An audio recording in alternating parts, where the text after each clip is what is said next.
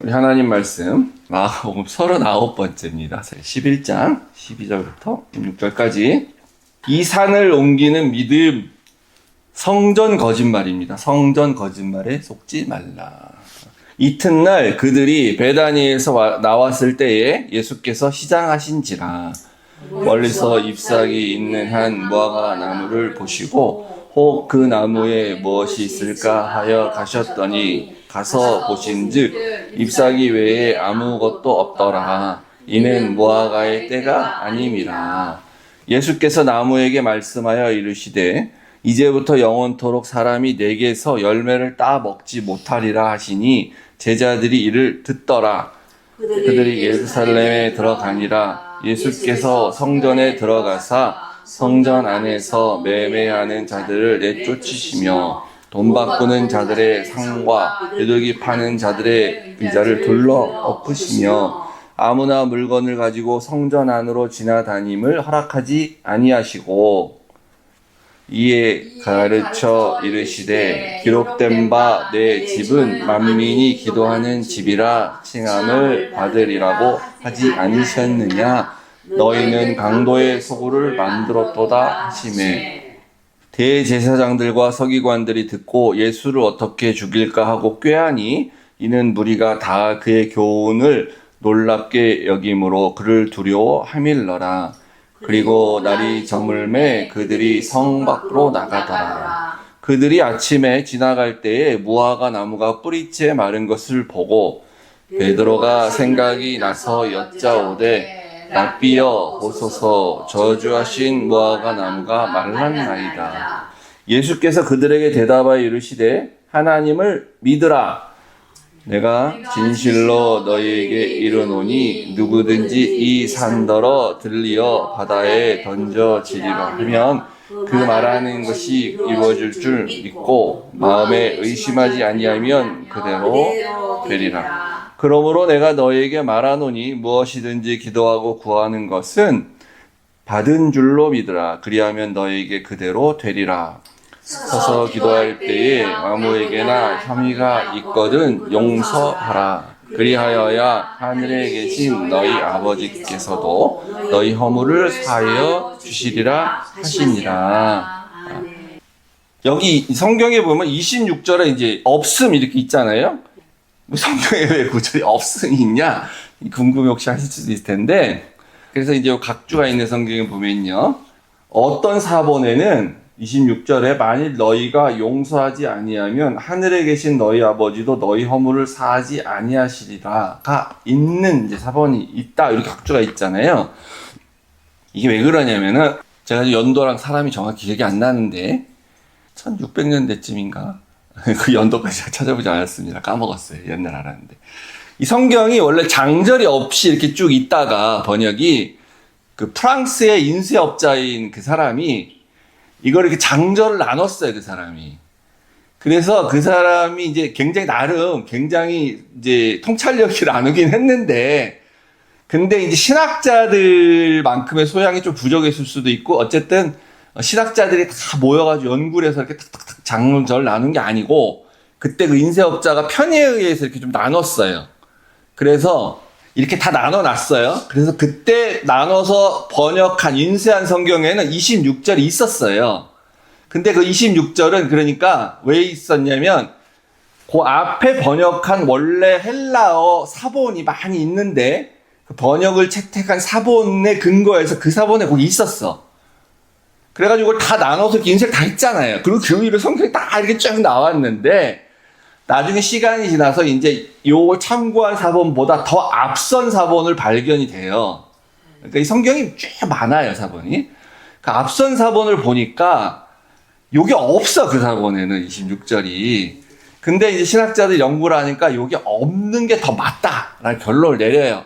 그러면 요게 없으면 이제 앞에 27절, 26이 되고 쭉쭉쭉 한 차씩 올라가야 되잖아요. 근데 그렇게 하면 혼란이 생기잖아요. 뒤가 다 바뀌어야 되잖아요. 그래서 여기 이게 없음이라고 이렇게 하는 겁니다. 요게 성경이 그래서 이게 오히려 역설적으로 하나님의 말씀이고 성경은 이렇게 역사성을 가지고 이렇게 되어져 있다는 거예요. 이게 성경이 모순된 게 아니라. 그래서 이제 우리가 원래 원본에 가까운 걸 찾아가고 뭐 이렇게 하는 겁니다. 그래서 여기 없음 이렇게 있는 거예요. 이상하게 생각하지 마시고 잠깐 기도하겠습니다. 하나님 아버지 감사합니다. 이제 예루살렘에서 시작하신 예수님의 이 사역이 지금까지 예수님이 갈릴리에서 하셨던 3년 가까이 사역의 목적이며 결과인 것을 우리가 알고 있습니다. 우리도 정말 이 중요한 본문에서 제대로 깨달을 수 있도록 하나님 도와주시옵소서. 예수님 이름으로 기도했습니다. 아멘. 이 성경의 말씀을 읽으면서 오묘한 거는 이제 그래서 우리가 성경을 계속해서 읽어야 되고 묵상하고 큐티해야 되는 거는 5년 전에 봤을 때랑 오늘 다르고 10년 전 봤을 때 또 다르고 작년하고 다르고 왜냐하면 우리가 오늘 상황이 예전하고 다르기 때문에 그래요. 그래서 이렇게 그때 상황에서는 요 어떤 부분이 좀 중요한 시대적 상황과 이제 배경이 그러니까 그 이슈가 사라지면 또 그게 이제 우리한테 별로 중요하지 않거든요. 오늘날 게 이제 또 중요하게 보여지고 그래서 예전에 깨달았던 거와 또 다르게 이렇게 깨달아지는 걸 준비하면서 느꼈는데 참 그래서 성경이 은혜가 되고 계속해서 봐야 되는구나. 또 계속해서 봐서 새롭게 보니까 또 새로운 은혜를 주시는구나. 또 깊이가 있구나. 이런 걸 또 깨닫게 됐었습니다. 그래서 왜냐하면 이제 오늘 이 본문은 너무 잘하는 본문이에요. 사실 내용을 디테일하게 몰라도 많이 봤던 거고 유명한 거거든요. 근데 여기에 우리가 아주 잘하는 내용 같은 게 하나가 들어가 있고요. 또 알긴 하는데 이게 도무지 무슨 말인지 도대체가 이해 안 돼서 그냥 아이고 하나님 말씀 아멘 그러고 넘어간 그런 또 내용이 하나가 두 개 같이 나옵니다. 그래서 어떤 건지 아시겠죠 여러분들이. 우리가 너무 잘하는 본문은 15절에서 18절까지예요. 성전에서 장사하는 사람들을 예수님이 내쫓으셨다. 요한복음에서는 이제 노끈으로 채찍을 만드셔서 막 이렇게 그걸 사람을 때리지 않으셨을 거예요. 그러니까 동물들을 이렇게 떼서 이렇게 내쫓고 막 그랬겠죠. 제물로 왔던 그런 이제. 그래서 우리는 이제 이걸 어떻게 잘하냐면 그걸 잘 아는데 그러니까 교회에서 장사하면 안 돼. 한때는 이거가 아주 불문율처럼 크게 장사하면 큰일 나는 것처럼. 그 심지어는 그래서 여전도에 이런 데서 바자회 하지 마. 그것도 장사잖아. 여전도에서 뭐 팔고 이런 거 하지 마. 이렇게 말하는 목사님들도 있었어요. 그리고 이제 현대화 교회가 이게 도시화되고 현대화되면서 전도를 동네 사람들한테 전도도 하고 그래야 되니까 이제 교회에다가 이렇게 카페를 만드는 교회들이 많이 생겨났습니다. 서울 같은 데는, 아니, 한국은 도심에. 미국은 뭐 그게 있을 이유가 없지. 한국은 이제 걸어 다니면서 교회 지나가잖아요. 교회 앞을. 그럼 이제 카페가 있으면 거기서 약속도 하고, 교회에서 하는 걸 커피값도 싸. 또 맛있어. 뭐 올려도 좋은 거 쓴데, 교회가 뭐 장사하는 게 이문 남기는 거 아니니까. 그래가지고 거기서 이제 교회 안 다니는 사람들도, 또 교회 다니는 사람도 더 좋고, 오히려. 그래서 이제 카페 같은 걸 많이 이렇게 하고 전도하겠다고 그렇게 하는데, 그것도 장사잖아. 그럼 하면 안 되니 비판하기도 하고, 그 정도는 이제 또 이렇게 초월한 경우도 있는데, 왜 요 말씀을 근거로 하는 거예요. 근데 그거 너무 이제 단순하게 우리가 적용시킨 거죠. 근데 그때 시대적으로는 또 중요한 문제일 수 있어요. 왜냐하면 부작용이 사실 또 있기 때문에 이제 그런 겁니다. 근데 이제 알기는 아는 것 같고 좀 듣기는 들어봤는데 또 전혀 모르는 본문, 무슨 말인지 모르는 본문은 그거예요. 무화과 나무 저주 이야기. 나무가 무슨 죄가 있다고. 예수님 나무랑 대화를 하셔가지고 저주를 하시고 나무가 무슨 죄가 있어. 그 다음에 뒷부분에 나오는 산을 들어서 바다에 던지라고 믿으면 그대로 될 거다. 믿음대로 될 거다. 이렇게 말씀하셨는데 그래서 사람들이 그 말을 그대로 믿었지만 산이 바다에 빠졌다는 얘기 어디서 기도해서 그런 얘기 들어본 적이 없으시죠? 그래서 이제 자꾸 다른 거 유사한 걸 생각해.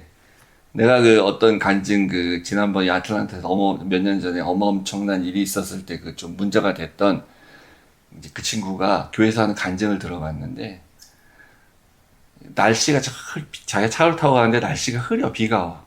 기도를 막 했더니 날씨가 확 개었다는 거예요. 문제가 있구나 이 신앙이.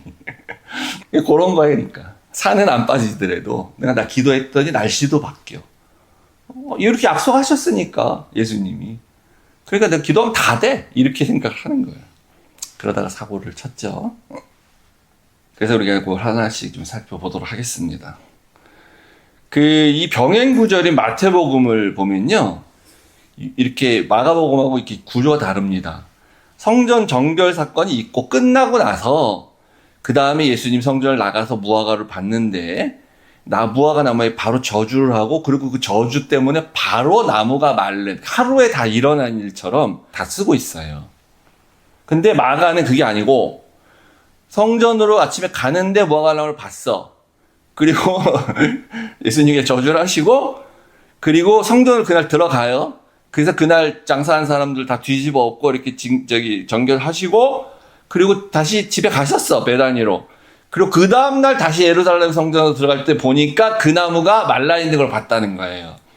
그러니까 이제 저주하신 그날 말랐을 수도 물론 있겠지만 마가의 관점은 다음날 봤더니 말라 있더라. 그 하루에 말른 거지. 그래서 그 두 개를 나눠 놨습니다. 나눠 놨어요.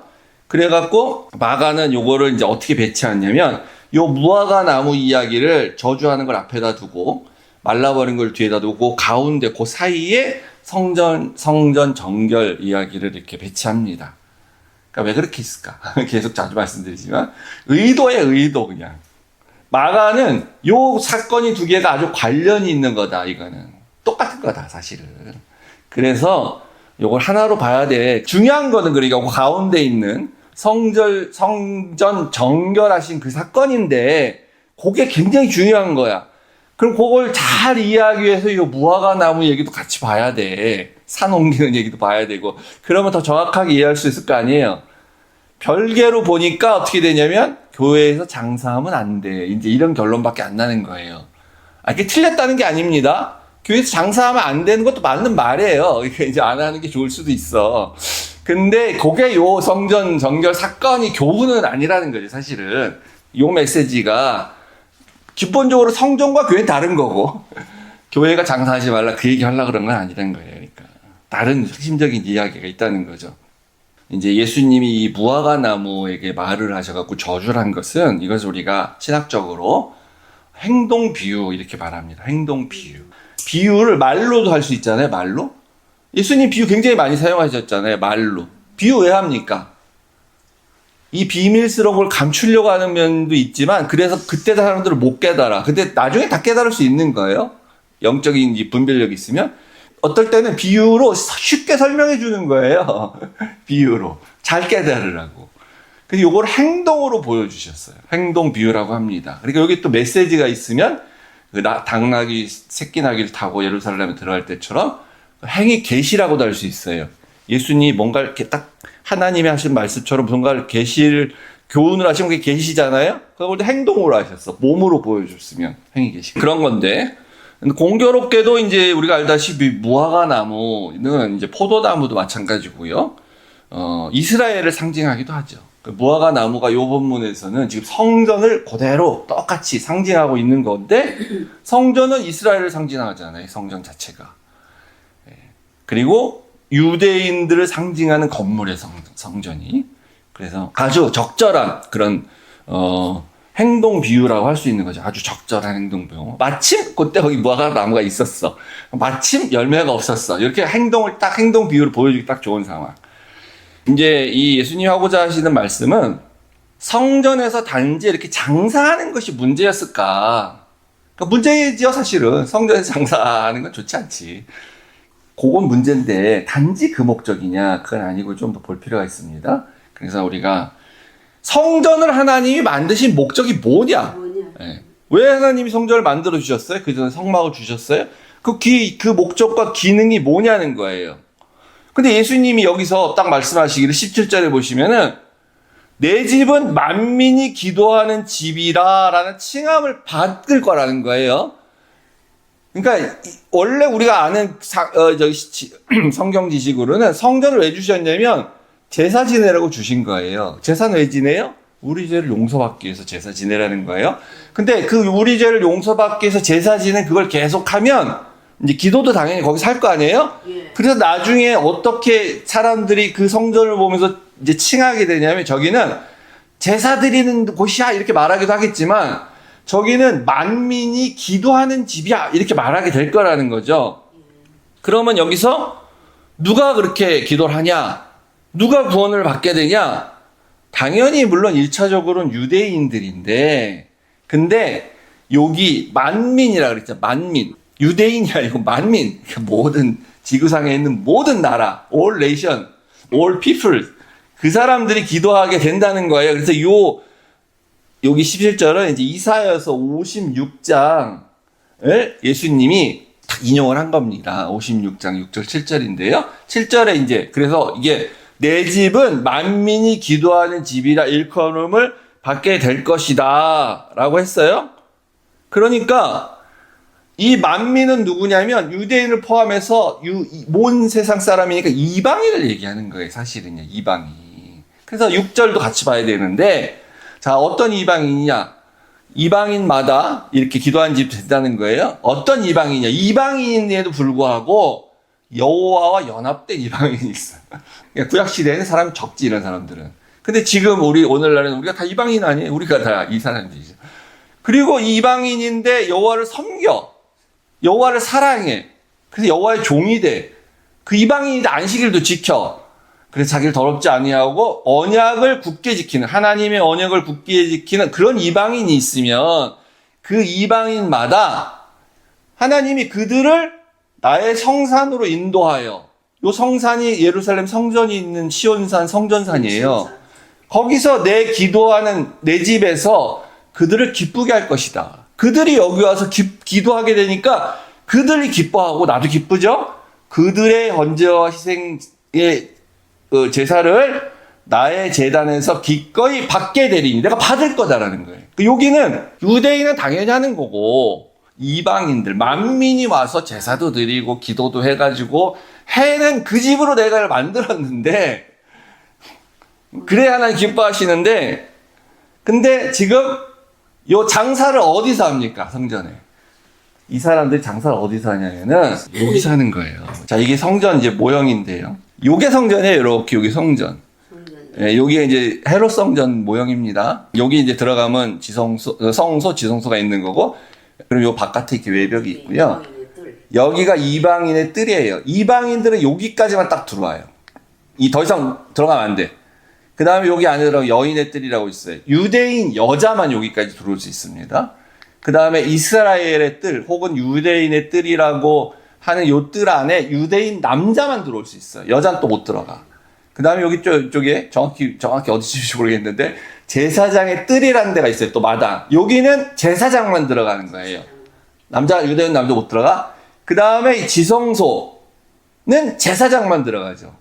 아니, 성소는 제사장들만 들어가죠. 그 위 너머에 있는 지성소에는 대제사장만 들어가고 이렇게 돼 있습니다. 근데 요 옆에 로마에서 이제 식민지를 삼은 다음에 여기 안토니아 요새라는 게 이렇게 건물이 하나 또 있었어요. 예전에. 지금 없지 당연히. 여기에 로마군이 주둔을 하고 있었어요. 왜 그러냐면 이 성전이 유대인의 종교적 장소일 뿐만 아니라 이게 까딱 말만 한마디 하면 정치적 장소가 되기 때문이에요. 그래서 여기에 제사 지내러 오고 이렇게 6월절에 성지순례하기 위해서 온 유대인들이 모였다가 자칫 잘못하게 누가 어떤 소위 말해 선지자 예수와 같은 사람이 나와서 정치적 발언을 해가지고 선동을 하면 이 안에서 폭동이 일어나고 이렇게 성치 세력화돼서 로마에 대항하는 이렇게 싸움이 일어날 수가 있기 때문에 바로 진압하기 위해서 여기 로마군이 이렇게 주둔을 하고 있었던 거예요. 안토니오 요새라는 데서. 그래서 여기가 이방인들이 들어와서 여기 있어야 돼. 여기서 기도해야 돼. 이방인들이. 근데 여기서 뭘 했어요? 여기서 장사를 한 거예요. 이쪽이나 이쪽에서. 여기서. 네, 그럼 어떻게 됩니까? 이방인 못 들어오게 하는 거지. 그러니까. 못 들어오게 하기도 하겠지. 못 들어온다기보다도 여기 복잡하잖아요. 들어올 수가 없는 거잖아. 유대인들이 여기서 뭐 동물을 사고 팔고 막 하고 있고, 환전하고 있고 막 이래야 되니까. 결과적으로 어떻게 되는 겁니까?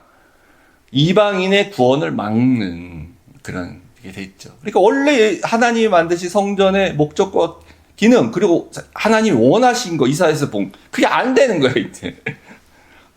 그래서 이 성전이 결과적으로 이제 뭐가 됐냐? 예수님의 표현을 빌리면은 그래서 이제는 여기가 강도의 소굴이 돼 버렸다. 강도의 소굴이 됐다. 성전이. 거기서 장사 조금 한다고 강도의 소굴까지라고 말하면 좀 이상하지 않습니까? 뭐 도둑 소굴이 이렇게 하는 건데, 강도는 좀 세죠? 강도는 뭐 이렇게 막 사람을 때리고 막 죽이고 막 뺏고 막 이런 게 있는데 물론 이제 여기서 환전 사업을 했어요. 당시 사두개인들이 독점적으로 로마 돈을 내면 안 되기 때문에 돈을 환전을 해줘야 돼요. 그래서 부당이득을 취해요 여기서. 그러니까 이제 서민들이 고통받죠. 제사 한번 지내러 오려면 진짜 막 바가지가 그냥 막 환전해야 되지. 그 다음에 동물을 이렇게 각 데리고 오면 흠을 잡아서 야 이거 탈락이야. 이 흠 있는 거 드리면 안 된다 그랬잖아. 탈락. 아 이건 안 돼. 요거 있는데 요거 사서 해. 이렇게 하고 이제 팔고. 결과적으로 그러니까 이렇게 자꾸 하다 보면 이게 당연히 도둑질이고 강도질이라 다름이 없지. 서민들 입장에서 보면. 그리고 이렇게 이 사업의 이권의 혈안이 되다 보면 이 제사장들 사이에서도 돈으로 인해서 이 제사장들 사이에 권력 계층이 생기게 돼요. 그죠? 자기 아는 친인척에게 이권을 주는 그런 돈 많은 제사장과 그렇지 않은 제사장. 그래서, 이게 제사장들 사이에서도 폭력과 부당함이 당연히 존재할 수 있습니다. 근데, 이게 그 부업으로 이렇게 좀 제사장들이 타락해서 이렇게 부업으로 또 돈 좀 번다고? 그렇다 그래가지고 성전이 완전히 무너져야 될 정도인가요, 그게? 구약에 보면요, 제사장들이 타락한 건 언제든지 있었습니다. 언제든지. 근데 그때마다 예수 하나님이, 물론 이제 1차 성전인 솔로몬 성전 파괴되고, 수룹바벨 성전도 파괴되고, 그렇게 일이 있었지만, 그때 이렇게 강도의 소굴을 만들었구나! 이러면서 파괴시킨 건 아니에요. 이스라엘 나라가 죄를 져가지고, 이제 외국의 군대가 이제 와서 이렇게 다 잡아가고, 포로 잡아가고 그러면서 성전을 없앤 거죠. 그러니까 파괴한 거지. 교회, 목사가 문제가 많죠. 그죠? 목사들이 문제가 많은 경우가 있습니다. 다는 아니고, 이제 그런 경우가 있어요. 아니, 그러면 목사를 바꾸면 되지. 목사가 문제라고 교회를 없애면 됩니까? 그건 아니잖아요. 그래서 이 본질적으로 어느 정도의 이제 뭘 말하고 싶었기 때문에 이 강도의 소굴이고 이제 안 돼! 성전은 이제 다 무너질 거야 라고 말하느냐 하는 요 17절은 우리가 예레미야서에서 인용해 왔기 때문에 예레미야서를 좀 볼 필요가 있습니다. 예레미야서 7장 11절인데요. 여기서 예레미야가 이제 백성들을 경고를 하면서 이 집이 너희 눈에는 도둑의 소굴로 보이느냐? 보이냐 안 보이냐? 뭐라는 거예요. 자기들은 자기가 도둑이니까 안 보일 수 있지 모를 수 있어. 근데 하나님 뭐라 했어? 나는 내가 보니까 야 이게 도둑의 소굴이야. 이렇게 했다는 거예요. 그래서 요 얘기를 하는데 그러면은 요 예레미가 말할 때도 막 장사하는 사람들 때문에 그랬을까? 그거 아니거든요. 예수님은 지금 그렇게 얘기하는데 성전에서 장사해서가 아니에요. 요 앞에가 길기 때문에 제가 간단하게 말씀을 드리면 이제 앞에 부분도 봐야 되는데 지금 성전이 문제가 있어요. 성전의 제사 드리러 오는 백성들한테 문제가 있어요. 하나님 보시기에 싫어. 이건 도둑 소굴처럼 보여. 저놈들 다 도둑으로 보여. 근데 그 이유가 뭐냐? 장사해서가 아니고 그래서 너는 이 성전 집 앞에서 여호와의 집이 성전의 문 앞에 서서 있다가 들어온 사람들한테 마다 선포해. 뭐냐면 너희 길과 행위를 바르게 하라. 그렇게 안 하고 있다는 얘기죠. 그러니까. 그런데 바르게 하라 이랬더니 이 사람들이 뭐라 그러냐면 여기는 여호와의 성전이야. 여기는 여호와의 성전이야. 여기는 여호와의 성전이야 하면서 여기 들어왔다 나가면 다 괜찮아. 아무렇지도 않아. 여기 안 오는 사람들이 문제인 거야. 왔다 가면 괜찮아. 이렇게 하면서 말하는데 그거 거짓말이야. 믿지 마. 이렇게 얘기하는 겁니다. 그러니까 너희가 만약에 진짜 좀 참되게 바르게 살면 그 길과 행위를 바르게 하라 그랬잖아요. 지금 안 하고 있는데 어떻게 하냐면 정의를 행해라. 정의 지금 안 하고 행하고 있다는 거예요. 이방인과 고아와 과부를 압제하고 있어 지금. 이방인과 고아를 압제해. 무죄한 자의 피를 지금 흘리고 있어요. 그래서 그런 거 하지 말라 얘기하는 거죠. 그리고 이 우상숭배까지 해 심지어. 다른 신들 뒤를 따라 화를 자초하지 마라. 그래서 바알 신전에 가서도 제사 지내고 그리고 또 여호와의 신전에 와서 성전에 와서도 제사 지내고 요렇게 하고 있다는 겁니다 지금. 그래서 그게 문제인데 그래서 도둑의 소굴인데 근데 뭐가 문제냐면 이제 제사장들이 그러니까 이런 말 하겠죠. 야 서기 성전이야 괜찮아. 여기 하나님이 계셔. 네가 여기 왔다 가면 다 괜찮아지니까 너희 자가 차해져. 이렇게 말하네. 그거 거짓말이야. 8절 보세요. 너희가 무익한 거짓말을 의존하고 있다 지금. 그래가지고 이 사람들이 10절 보시면 이럽니다.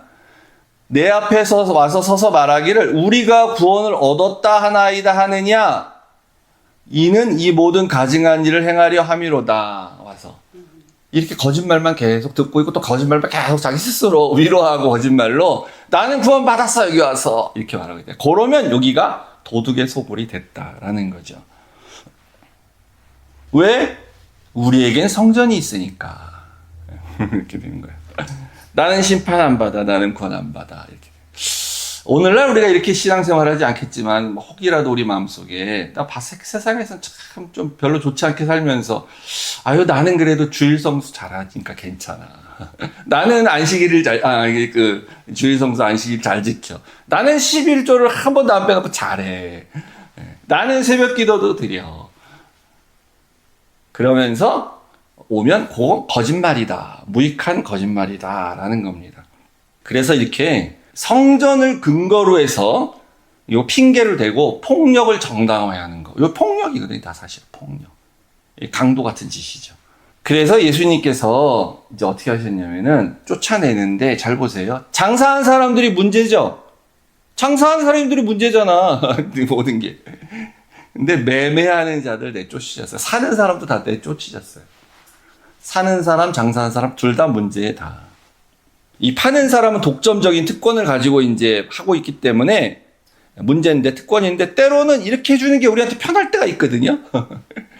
이렇게 해주니까 얼마나 편해요. 저 멀리서 이 짐승을 제물로 드리려 오다 보면 얘 짐승도 밥을 먹이고 데리고 와야지. 오다가 상할 수도 있지. 뭐 도둑 강도들한테 뺏길 수도 있지. 근데 이렇게 안 해도 돼. 성전에 가면 다 있어. 내가 사면 돼. 아이고 얼마나 편리합니까. 그래서 주고받고 하는 거죠. 그래서 사고 팔고 하는 거죠. 그래갖고 사는 사람들도 내쫓은 거예요. 계속 이렇게 하다 보면 이게 사실은 이제 악순환이 되죠. 파는 사람들의 악행을 조장하고 묵인하는 그런 결과가 낳게 됩니다. 그래서 물론 파는 사람들이 사실 근본적으로 문제인데 안 팔면 되는 건데 우리가 거기 동조에 사기 때문에 이렇게 되는 겁니다. 그래서 이게 이제 요 사고 파는 것 자체도 이제 그 시스템적으로 사회적으로 문제지만 요게 이제 더 근본적인 문제는 이 제사를 드리고 하는 사람들이 정성이 없다는 게 문제인 거예요. 그러니까 정성이 없어요. 원래 재물을 사는 거는 불법이 아닙니다. 모세도 사라 그랬어요. 왜냐하면은 사람들이 다 목축업을 하는 건 아니잖아요. 자기가 직접 짐승 안 킬 수 있잖아요. 그럼 사야지 당연히. 그래서 사도 되는데 시스템이 이렇게 돌아가게 되니까 항상 제사를 드리는 데 있어서 자기 정성이 없어지는 거죠. 1차적으로 아까 말한 것처럼 불의를 행하고 그냥 몸만 오는 경우뿐만 아니라 그런 걸 다 안 해도 내가 제사를 드리러 간다고 했을 때 그 정성의 마음이 없는 거예요. 그냥 가기만 하면 돼 나는. 좀 비싸면 어때? 나는 그 정도 괜찮아. 그 정도 살 수 있지. 편하면 되지 뭐 이렇게. 그리고 뭐 안 사는 사람일지라도 집에서 좀 쓸모없는 이제 재물을 가지고 가는 약간 돈 안 될 만한 거. 좋은 거는 내가 팔고 그러면 이거 껍질 다 벗겨가지고 하나님 앞에 드리면 다 똑같지. 뭐 어떻게 구별해 이거 이런 거. 그래서 말라기서에서도 이제 그런 경고를 많이 하시죠. 내가 정성껏 준비해서 나의 최고의 것을 내가 정말 거룩하게 키운 것을 하나님께 드립니다. 그럼 하나님께서 얼마나 기뻐하실까? 이런 마음이 다 하나도 이제 없는 거예요. 신경 쓸 필요가 없습니다. 성전에서 파는 거는 성전이 보증한 거잖아. 제사장들이 보증한 거잖아. 이제 이런 마음으로 가는 겁니다. 그러면은 이제 하나님에 대한 관심도 없어지고 한번 끝나고 헤어치우는 그런 경우가 돼버리는 거죠. 그러니까 이제 하나님은 다 아시지. 내가 저기 멀리 외국에서부터 소를 어떻게 끌고 와.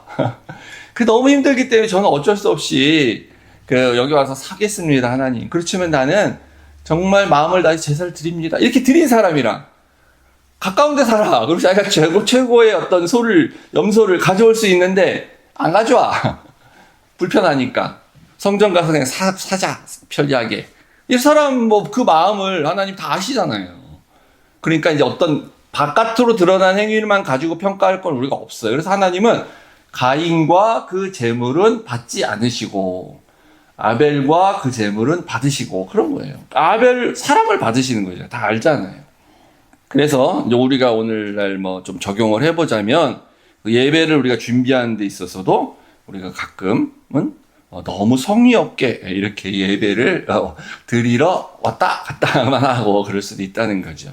그런 면에서 우리가 좀 정성을 가지고 예배도 드리러 오고 헌금을 드려도 좀 정성을 해서 기도를 하나 해도 정성을 해서 대표 기도를 해도 딱 알잖아요. 그죠? 이렇게 기도를 청산유수 막 잘하는 사람도 있어요. 이렇게 보면. 그냥 와가지고 그냥 아무 생각 없이 이렇게 막 기도를 막 청산유수를 막 좋은 말 막 하는 거라. 내가 대표 기도야 이번 주일날. 내가 오고 이번 수요일날. 그러면 내가 며칠간 좀 생각하면서 묵상하면서 내가 정말 뭘 기도할까? 뭘 기도해야 할까? 우리 교회를 위해서, 하나님을 위해서 또 이렇게 생각을 해갖고 와서 하는 거, 준비를 해서. 이런 게 다른 거예요, 그러니까. 자, 그러면 이 성전이 문제가 있어서 더 이상은 안 되겠다라는 거예요. 우리 알겠어요, 그죠? 우리는 또 왜 그렇게 이제 성전이 이제 끝났다, 성전은 무너져야 된다라는 걸 우리는 이제 또 다 알아요. 이때 당시 사람 모르죠. 왜냐하면 예수님이 자기가 진짜 성전이기 때문에. 저기 보이는 저 건물은 나의 모형이기 때문에 우리 알잖아요, 이게. 그러니까 이제 이게 무너지고 진짜 성전 대신 예수님이 죽으셨다가 사흘 만에 살아나시면, 사흘 만에 다시 지어지시면, 그러면 이제 우리가 만민이 기도하는 집에 가서 기도를 해야 되는데, 원래 성전의 목적이 그거니까, 만민이 어디 가서 기도를 하냐? 자기가 있는 곳에서 예수님을 통해서 기도를 하는 거예요, 만민이. 그게 그 예수님이 성전이시기 때문에. 자, 그래서 이렇게 다 알았는데, 그럼 이 무화과 나무는 왜 나오고 무화과 나무는 저주는 뭐냐? 우리가 이제 요걸 딱 이해하고 나면은, 이 무화과 나무 얘기는 너무 쉽죠, 그냥. 자, 보세요. 이제 전날 예루살렘 성전 가셔서 한번 쫙 들어보셨어요. 사전 답사처럼. 그게 10절인가 11절에 나오죠? 쫙 보고, 그날은 아무 일도 안 하시고 딱 오셔서 집으로. 이제 그 다음날 가서 내가 이것들을 딱 혼내주리 이렇게 작정하셨는지 모르지만, 베다니로 가셨습니다. 이 베다니가 이제 아마 나사로의 집에 머무시셨던 걸 이렇게 추측합니다. 거기 나사로 집이 있었기 때문에. 여기서 예루살렘 성전으로 출퇴근을 하시는데 한 3, 4km 정도 되는 거리예요. 한 40분 정도 걸어가면 되는 거리죠. 그래서 이제 아침에 쭉 나와가지고 성전 다 왔는데 시장하신지라 배가 고프신지라 이렇게 말씀하셨습니다. 그러니까 비유기 때문에 다 이중적인 의미가 있을 거예요. 실제로 배고프죠. 이렇게 좀 많은 산도 좀 올라왔거든요. 그러니까 얼마나 좀 허기가 지겠습니까? 그래서 시장하셨다고 말하는데 요 무화과가 성전이다라고 보면 이 무화과에 가서 시장하기 때문에 무화과에 가서 열매를 구하는 예수님의 시장하심은 요 성전에 가서 성전의 열매를 구하고자 하는데 없다 그 얘기를 하는 거잖아요. 성전에 가보니까 아무것도 없다. 그래서 성전에 대한 하나님의 원래 목적, 그거에 대한 기대를 가지고 성전에 가지만 어제 다 봤어 어떤 건지. 물론 옛날부터 알고 계셨겠지. 그 기대와 갈망, 그것을 채우고 싶은 욕구가 있어서 성전에 가지만 없다는 거예요. 배가 고픈데 잎은 무성한데 열매가 없다. 잎은 아주 무성해. 열매가 없어요. 근데 그래서 여기 또 그 성전은 화려합니다. 물론 이제 다른 이방인 나라의 성전에 비교해 보면 그렇게 크게 화려하거나 큰 사이즈는 아니에요. 그래도 앞에 소문에 의하면 이제 좀 헤롯 왕이 유대인들에게 환심을 사고 또 좀 이렇게 좀 위압감 좀 느끼게 신전이란 건 원래 그런 거거든요. 사람이 딱 왔을 때 위축이 좀 돼야 되거든요. 그러니까 앞에를 좀 금으로 이렇게 화려하게 빛나게 했다라는 그런 말이 있는데 화려는 한데 이게 강도의 소굴이에요. 열매도 없고 그러니까 똑같은 상황이죠. 근데 그러니까 이제 아주 친절하게도 왜 열매가 없냐? 무화과의 때가 아니었기 때문이다. 무화과 열매가 맺힐 때가 아니야. 철이 아니야, 지금. 그래서 이제 뭐 여기에 실질적으로 사실 철이 아니지만 빨리 열매 맺는 무화과도 있다 그러긴 했는데 그런 거는 뭐 굳이 그렇게 할 게 없고요. 그러니까 요때도 뭐 성전의 때가 이제 아니다 뭐 이렇게 볼 수 있지만 근데 그냥 보시면 될 것 같아요. 무화과가 없어야 지금 예수님이 무화과 열매가 없어야 지금 예수님이 행동 비유를 하실 수가 있잖아. 있으면 안 되잖아요. 그래서 없는 걸 다 알고 때가 아닌 걸 알고 그리 가셔서 열매를 찾는 거죠. 역설적으로. 그러니까 이상한 사람이지. 우리가 이걸 모르고 보면 예수 이상한 사람이에요. 때가 아닌데 왜 무화과한테 가갖고 신경질 내시고 저주하시고 평생 네가 영토로 열매 못 맺긴 이런 얘기를 하냐는 거예요. 근데 행동 비유로 말씀하시기 위해서 열매가 없는 때에 가셔서 말씀을 하셨습니다. 그래서 영원토록 열매를 따지 먹지 못할 것이다. 그 나무가 다 말라 죽었잖아요. 그 다음날 보니까. 근데 그때 특이한 구절이 있습니다. 제자들이 이를 듣더라라고 합니다. 제자들이 이를 그대로 들어요. 이 이상한 이야기, 이상한 상황, 이거 좀 약간 비정상적인 말, 조금 제정신이 아닌 사람 같은 행동을 하시는 이 말을 다 들어, 제자들이. 그리고 들었다 이렇게 말하잖아요. 여기에 의미적으로는 뭐냐면 이제 영원토록 여기서 열매를 못 먹는다 하는 거는 이런 거죠. 이제 이 성전 다 무너지고 나면 예수님 이후에 더 이상은 성전에 가서 제사하고 기도하고 구원받지 않게 된다. 영원토록. 그건 다시 재현되는 게 아니다. 끝났다라는 건데 그걸 들었어요. 그러니까 이 제자들은 약간 달라지는 모습을 조금씩 보이고 있어요. 지금 약간. 그 무화과 때가 아닌데 저 왜 저러시나? 그래서 이렇게 안 한 게 아니고 그냥 듣습니다. 상식적으로 이해가 되죠. 이제 들어. 그러니까 이게 앞에 예수님이 저기 가면 나귀가 있을 건데 주인이 있는 나귀예요. 그냥 끌고 오면 도둑질입니다. 근데 예수님이 가서 끌고 오라 그러잖아. 그래서 누가 물으면은 주께서 쓰신다고 하라 이렇게 말하지 않습니까? 얼마나 비상식적이에요 이게. 사회법하고도 안 맞고. 그러면 제자들이 이거 어떻게 하라는 거야? 이거 무슨 내가 도둑질하면 어떻게 해? 뭐 이런 얘기를 안 하고 즉시 순종하죠. 그러니까 이게 약간 제자들이 변화되어져 가는 그런 모습을 보여줍니다. 그래서 이제 이게 이들이 그대로 들었고, 그 다음에 이제 20절 가서 보면 그들이 그 말름을 보게 되죠. 그래서 우리가 다 요렇게 요 과정으로 가는 거예요. 믿음이란 건. 제자들은 건 요렇게 갑니다. 듣고, 처음에 들어야 돼, 이렇게. 이렇게 안 들으면 안 돼. 아니, 무화과 철도 아닌데 이게 무슨 말씀입니까? 이렇게 하면 안 듣는 거예요, 그게. 소리를 들었지만. 들었다는 건 그대로 순종하고 그대로 뭔지는 아직 모르겠지만 그런가 보다 하고 할 때 듣는 거잖아요. 믿음이란 건 우리가 그렇게 듣는 거예요, 처음에. 잘 이해가 안 되지만 예수님이 하신 말씀이 있고 그렇구나. 그러고 나서 나중에 그걸 보게 되죠. 그러면 그 다음에 이제 믿게 되는 겁니다. 그래서 이렇게 저주하시고 나서 이제 마가는 성전에 들어가셔서 정화 작업을 하시고 그날 이제 저녁엔 다시 베다니로 가셨다가 다음날 아침에 또 성전에 갈 때에 그때 봤다고 얘기하고 있습니다. 근데 이제 20절 보시면요. 이제 제자들이 봤는데 이 무화과 나무가 뿌리째 마른 것을 봤다 그럽니다. 그러니까 뿌리부터 해서 온 가지 나뭇잎까지 완전 바삭 마른 걸 봤다라는 그런 의미이기도 한데 이건 정확히 말하는 이겁니다. 뿌리부터 말라가지고 다 말랐다라는 걸 봤다는 거예요. 당연히 나무가 뿌리가 썩어가지고 뿌리가 영양분을 공급을 제대로 못 받기 시작하면 이제 잎사귀가 마르고 가지도 마르고 이렇게 해서 다 죽게 되는 거잖아요. 그래서 우리가 눈으로 볼 때는 정상적으로 보면 대부분 나무 잎, 나무 가지부터 말라 죽는 걸로 보입니다. 뿌리가 문제가 생기긴 했지만. 그런데 눈으로 봤는데 그게 아니라 뿌리부터 말라가지고 나무 가지는 처음에는 쌩쌩하게 그대로 파릇파릇하게 있었는데 나중에 보니까 뿌리부터 말라서 다 말랐다는 거예요. 이까지. 그래서 이게 뭡니까? 종교 지도자들부터 말라 죽게 된다. 그리고 눈으로 보기에는 살아있는 것 같이 보이는 가지나 이파리도 곧 다 마른다. 결과적으로는 다 그렇게 되는 게 당연한 거죠. 어떻게 보면. 그러니까 제가 이렇게 말하면 조금 뭐 그럴 수도 있는데 원리가 이거니까. 썩기 시작하고 마르기 시작한 지도자가 있으면 거기에 붙어 있으면 결국은 성도도 다 말라 죽게 된다는 거예요. 그럼 당연히 그럴 수밖에 없지. 네. 처음에는 모르지 마르고 있는지를. 근데 그냥 계속 모르고 있다 보면 결과는 싱싱한 것처럼 보이지만 결과는 그렇지 않게 다 곧 마르게 된다는 겁니다. 그래서 물론 종교 지도자가 회개하고 돌이키는 게 제일 좋고 안 되면 붙어있으면 어떻게 해? 떠나야지. 내가 말라 죽게 되는데. 그래서 이제 그렇게 된 거다. 그렇게 돼서 이렇게 된 거야. 내가 저주해서. 성전은 이제 끝났기 때문에. 성전 곧 무너질 거야.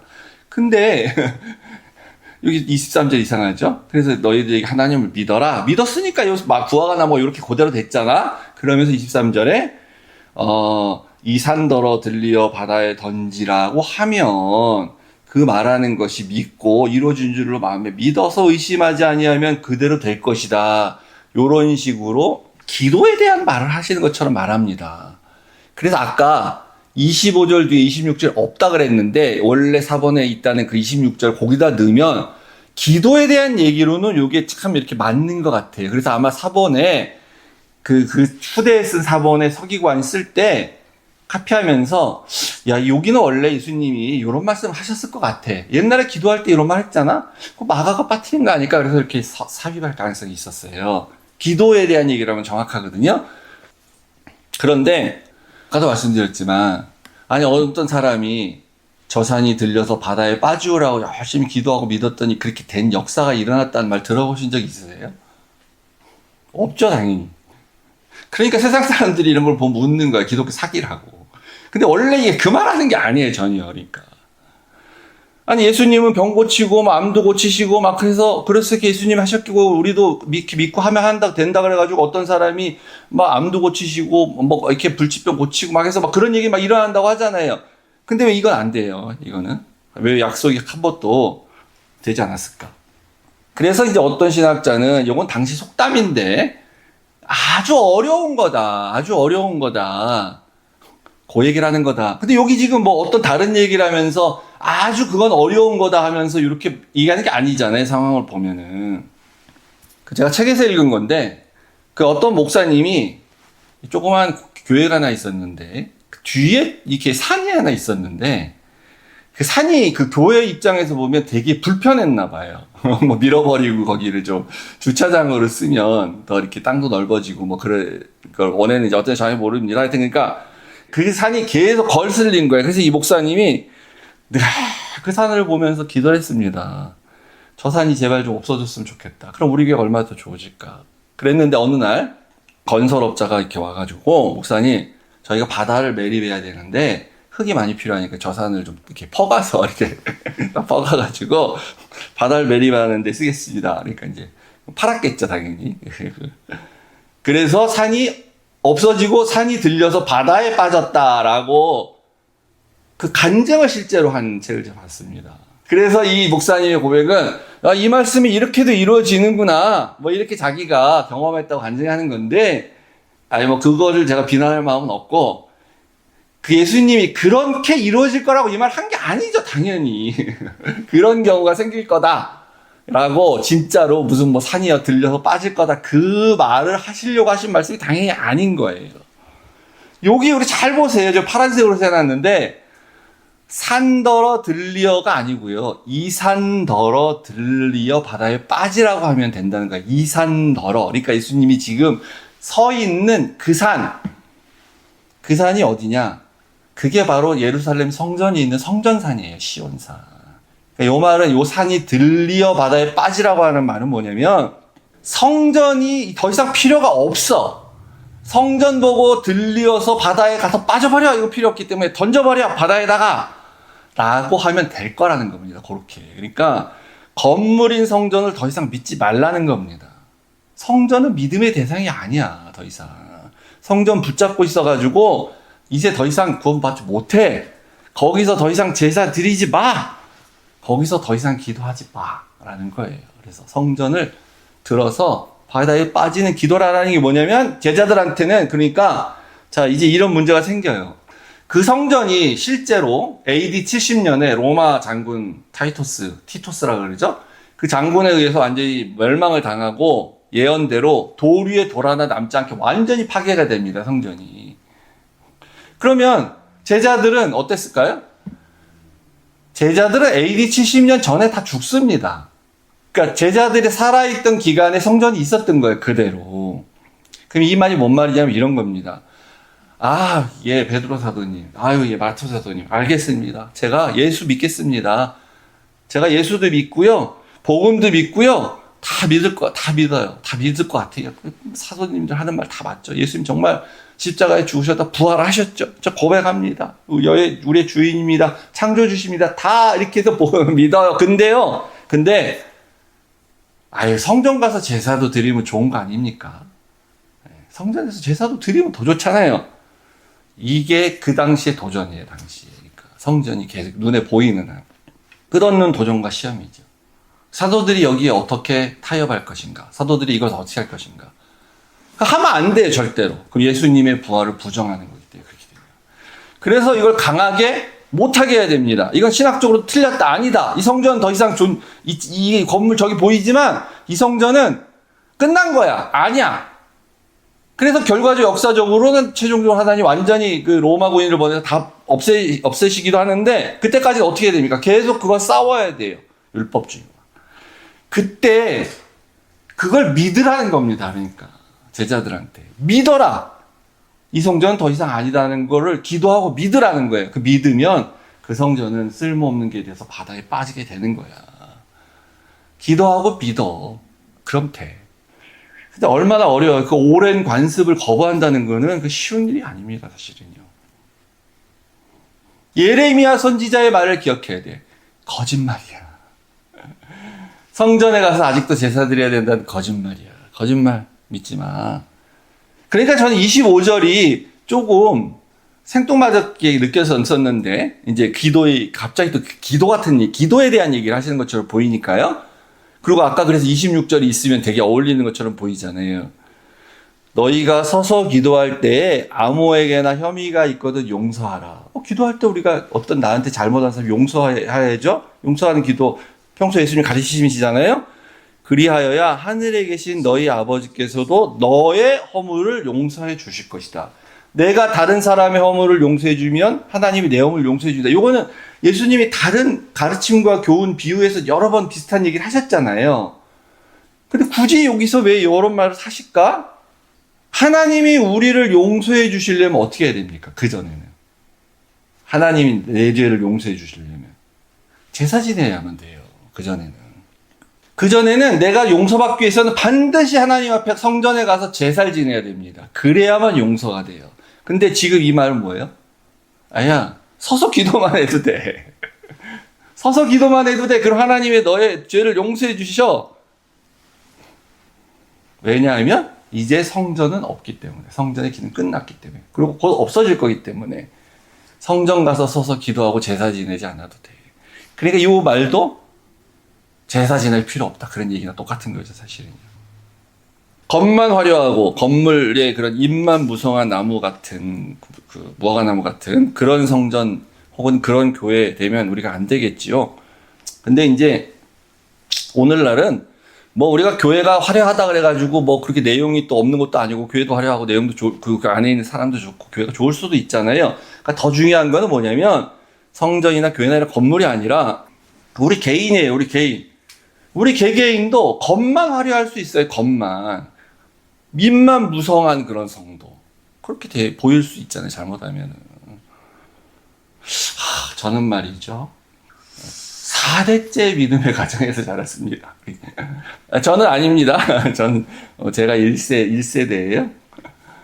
그런 사람들 옆에 많이 봤어요. 주변에서. 5대까지는 잘 안 올라가는 것 같아요. 뭐 그냥 4대 정도 초기 믿었던 사람. 4대째 믿음의 가정입니다. 이렇게. 귀중하고 굉장히 소중한 자산이죠. 장점일 수도 있습니다. 근데 내가 지금 제대로 안 하면 그게 무슨 소용이 있습니까? 내가 제대로 안 하면 내가 4대째 믿음의 자손인 게 뭐가 중요해? 그게. 내가 중요한 거죠. 내가 지금 어떻게 하고 있냐가. 겉만 화려한 거죠. 그게 결국. 우리 그냥 또 저는 모태신앙이고요. 저는 뭐 장로이고요. 저는 장로로 뭐 50년 뭐 봉사했고요. 이렇게 뭐 심지어 목사. 저는 뭐 목사로 선교사로 뭐 몇십 년 일했고요. 일인데 이거 다 이렇게 중요하고 귀한 일입니다. 수고하셨고.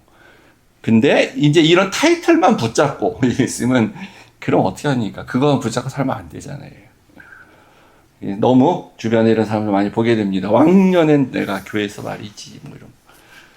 우리 사모님이나 권사님, 장로님이나 이렇게 쭉 오래 봉사하시고 사회 가시고 은퇴하신 분들 말고, 지금 은퇴하셔서 지금 쉬실 때니까. 그런 사람 말고 제가 본 사람들은 지금 열심히 신앙생활하고 열심히 교회에서 봉사해야 되는데 하나도 안 하면서 맨날 이 교회 저 교회 다니고 이 교회는 이래서 싫고 저 교회는 저래서 싫고 그러면서 왕년에는 내가 교회에서 맨날 이런 사람들 가끔 보는데 하나도 안 중요합니다. 잎만 무성한 열매 없는 무화과 나무잖아요. 지금이 중요한 거죠. 우리도 그래서 나는 교회 다니니까 괜찮아. 나는 오늘 예배 드렸으니까 괜찮아. 이게 맞는 말이에요, 사실. 진실이기도 해요. 맞는 말이면서 동시에 거짓말이 될 수 있어요, 잘못하면. 나하기에 따라 달려있는 거예요, 내가. 진짜 진실이 될 수 있고, 또는 거짓말이 될 수도 있는 거죠. 그래서 예레미야 선지자 말을 우리가 기억하시기를 여러분들에게 주의 이름으로 축복합니다. 예레미야 선지자 이렇게 말하지 않습니까? 여기는 여호와의 성전이라, 여기는 여호와의 성전이라, 여호와의 성전이라는 거짓말을 믿지 말라. 네, 그렇게 생각하시고 이 말을 기억하시고 사시길 주의를 축복합니다. 아멘.